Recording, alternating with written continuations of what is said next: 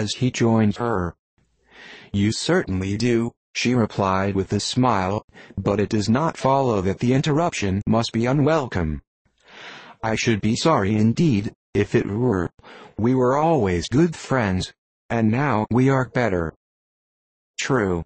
Are the others coming out?" "I do not know. Mrs. Bennet and Lydia are going in the carriage to Meryton, and so, my dear sister, I find, from our uncle and aunt, that you have actually seen Pemberley." She replied in the affirmative. "I almost envy you the pleasure, and yet I believe it would be too much for me, or else I could take it in my way to Newcastle.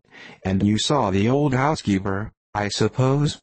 Poor Reynolds, she was always very fond of me, but of course she did not mention my name to you." "Yes, she did." "And what did she say?" "That you were gone into the army, and she was afraid had not turned out well. At such a distance as _that_, you know, things are strangely misrepresented." "Certainly," he replied, biting his lips. Elizabeth hoped she had silenced him, but he soon afterwards said, "I was surprised to see Darcy in town last month. We passed each other several times. I wonder what he can be doing there." "Perhaps preparing for his marriage with Miss Iborg," said Elizabeth.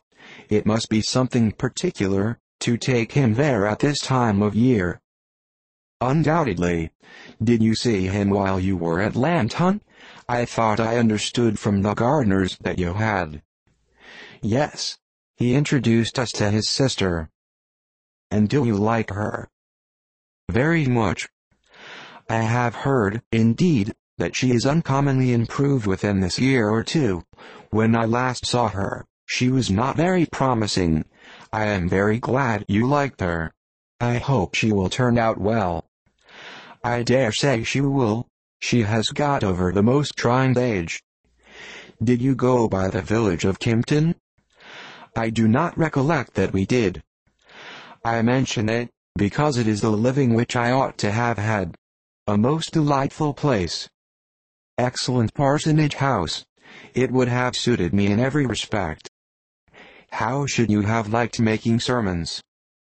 "Exceedingly well. I should have considered it as part of my duty, and the exertion would soon have been nothing. One ought not to repine. But, to be sure, it would have been such a thing for me. The quiet, the retirement of such a life would have answered all my ideas of happiness. But it was not to be. Did you ever hear Darcy mention the circumstance, when you were in Kent?" "I have heard from authority, which I thought as good, that it was left you conditionally only, and at the will of the present patron." "You have?" "Yes, there was something in _that_. I told you so from the